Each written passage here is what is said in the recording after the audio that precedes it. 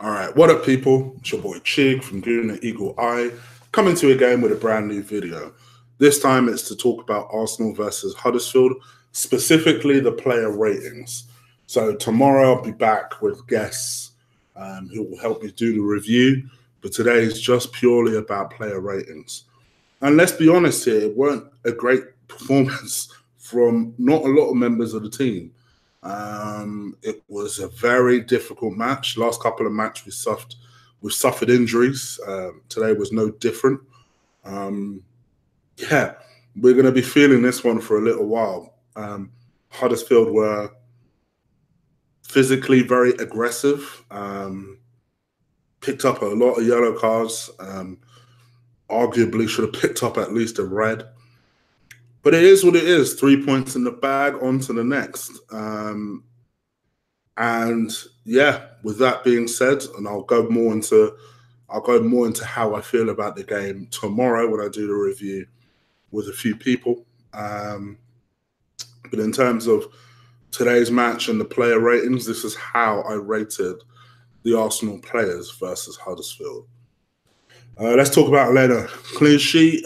Didn't think he did much wrong. Distribution was okay. Yeah, pretty uneventful. 7 out of 10. Let's talk about the 5 centre backs. So he started with Lichtsteiner in defence. I thought Lichtsteiner was pretty good, actually. Very tough. Pace-wise, he's always going to suffer a little bit. But I actually thought in a game where we were struggling.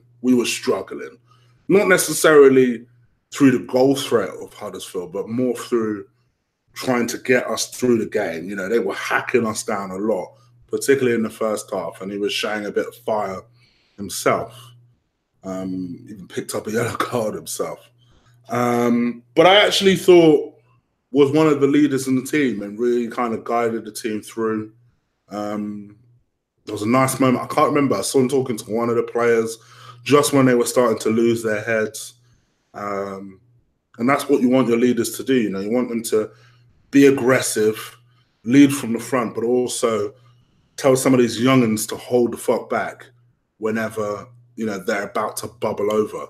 And I think that's what Lichtstein's very good at finding the balance of. So for me, I'll give him a 7 out of 10. Socrates. For me, I'd give Socrates. I'll give him an 8 out of 10. Actually, I thought Socrates did all right. I think in the first half it's pretty hard to judge these defenders because they were picking up some stupid yellow cards. You know, and just after Xhaka served his suspension. Maybe I should mark him down a little bit because I think he and Mustafi both missed next game because they both picked up yellow cards. As soon as I heard this stat on commentary right before these motherfuckers started picking up yellow cards, is that they said that Mustafi was on the 4th yellow card and Socrates is on his 4th yellow card. And if both of those pick up a yellow card today, they'll miss the next match. I thought you might as well give them the day off because they're going to pick up those yellow cards. Now, as it then turned out, Mustafi had to come off anyway because he picked up an injury. But yeah, on hindsight, that was silly. I can't give him an 8 because that was silly. I'll give him a 7. I'll give him a 7 out of 10. And Mustafi, who I also thought was doing all right, actually, until he had to come off. But also, again, he picked up that silly yellow card. So I'll give him a 7 out of 10. Coming like Ty now, just giving everyone 7s. Well, it's not quite everyone 5s, but everyone 7s. Bellerin. I actually thought Bellerin did all right. Actually, out of the 2 wing-backs, I thought he was the one that performed a little bit better. I thought Kolasinac got into good positions and then gave the ball away, whereas I thought Bellerin was a little bit more solid in that respect. I'd be tempted to give Hector an 8. I would. I thought Hector did that well. Kolasinac, on the other hand, for him, he'd be worried. he would be worried because he's now seeing Monreal, who also had to come on today, and he'd be worried about the fact that Monreal had to come on because I think it's a matter of time before we switch back to a back four and Monreal takes his place back at left back. People will think I'm being harsh with that. I almost guarantee people will think I'm being harsh with that. I'm not that impressed. I'm not that impressed. It would be harsh to give anyone less than a 7 that maintained a clean sheet. Oh, I'll give him a 7. But that's a 7 I'm not happy about. And I'll give Socrates a 7.5. I did think he did quite well. Central midfield. Torriera, I'm going to tell you now, my man in the match, of course. I'll give him a 9 out of 10. Got himself the crucial winning goal and was just constantly not only was he making key tackles, but you almost found himself off more often than not in quite advanced positions. I felt like the team that Emre picked was an unusual one because it was kind of like a 3-5-2. But the 3 central midfielders that we played were all very, shall we say, conservative-minded in terms of going forward. And there was just no creativity there. And I think as the game panned out, you saw how much problems we had because there was just no service to the strikers. And I did mention that on Twitter. And people were like, yeah, but don't worry. There's 2 up top. You can have 5 up top. People still need to serve these guys. There still needs to be that attacking guy that's going to take these people on and serve them. And I think we were much more of a threat in the second half because Mkhitaryan came on. Iwobi I'll come back to, but Mkhitaryan came on. I actually thought Mkhitaryan played well, but I'll come back to him later. But yes, Torriera, I'll give him a 9 out of 10. Guendouzi, I'll give Guendouzi a 7. I don't think he was as good as he was, say, on Wednesday. But I thought he was all right, earned himself a few tackles, getting chopped the fuck down a lot of the time. Yeah, and for me, I'd give him a 7 out of 10. Xhaka, I thought was a little bit better. Xhaka does have a habit, though, of giving the ball away, man. There were crucial passages of play where he kept giving the ball away and I kept getting pissed off. But you know me, I have no fear. And for that reason, you know what? I'm going to give Xhaka, I'll give him a 6.5. Because I did think he gave the ball away a lot.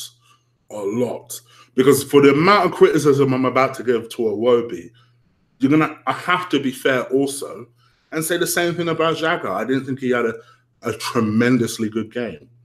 But I will say this, that he did keep the ball moving when he did have the ball. It's just that half of the time, it was pot luck if he would find his target or not. So yeah, for me, 6.5.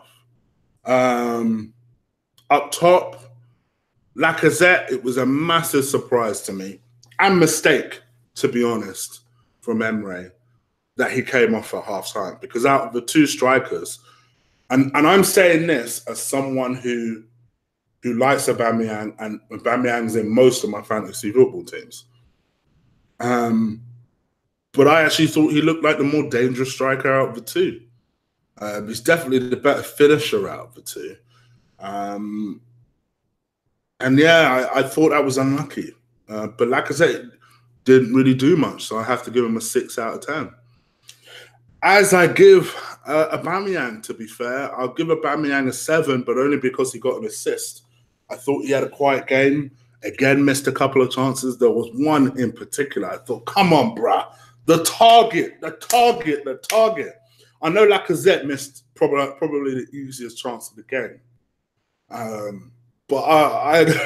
when that chance came to Aubameyang, I was fucking screaming, like, bro, what are you doing? What are you doing? For as many goals as this man has scored, it does frustrate sometimes. But yeah, I'll give him a 7 because he got his assist and it was a crucial goal. But yeah, that's the only reason. Let's come to the substitutes. I thought Mkhitaryan, for the criticism I've given him all season, I would actually say that's the best half I've seen him play outside of United on Wednesday. Maybe slowly but surely, he's starting to discover it. Maybe he's stolen Iwobi's fucking performance pills because I don't know what is going on with Iwobi. But yeah, I thought Mkhitaryan was I thought he was good. So yeah, I've got to give him a I think I've got to give Mkhitaryan a. I'm trying to think. What do I give him? What do I give him? Chat room, what do you reckon I should give him? I'll give him a 6 out of 10. No, I'll give him a 7 out of 10. For me, Iwobi was terrible. He was terrible. I'll be honest. He came on and just filled me with no confidence. He was constantly giving the ball away. And it's getting harder and harder to defend him, to be perfectly honest. There were often times where he came on and was just constantly just giving the ball away. I'm like, bro, what are you fucking doing? What are you doing? Why are you doing that? You know? And it was just constantly just giving the ball away and overplaying the ball. And somehow he's rediscovered the old Alex Iwobi because he just constantly kept giving the ball away. So for me, I would give Iwobi a 3. Honestly, I thought he was the worst player on the pitch. I have to be honest.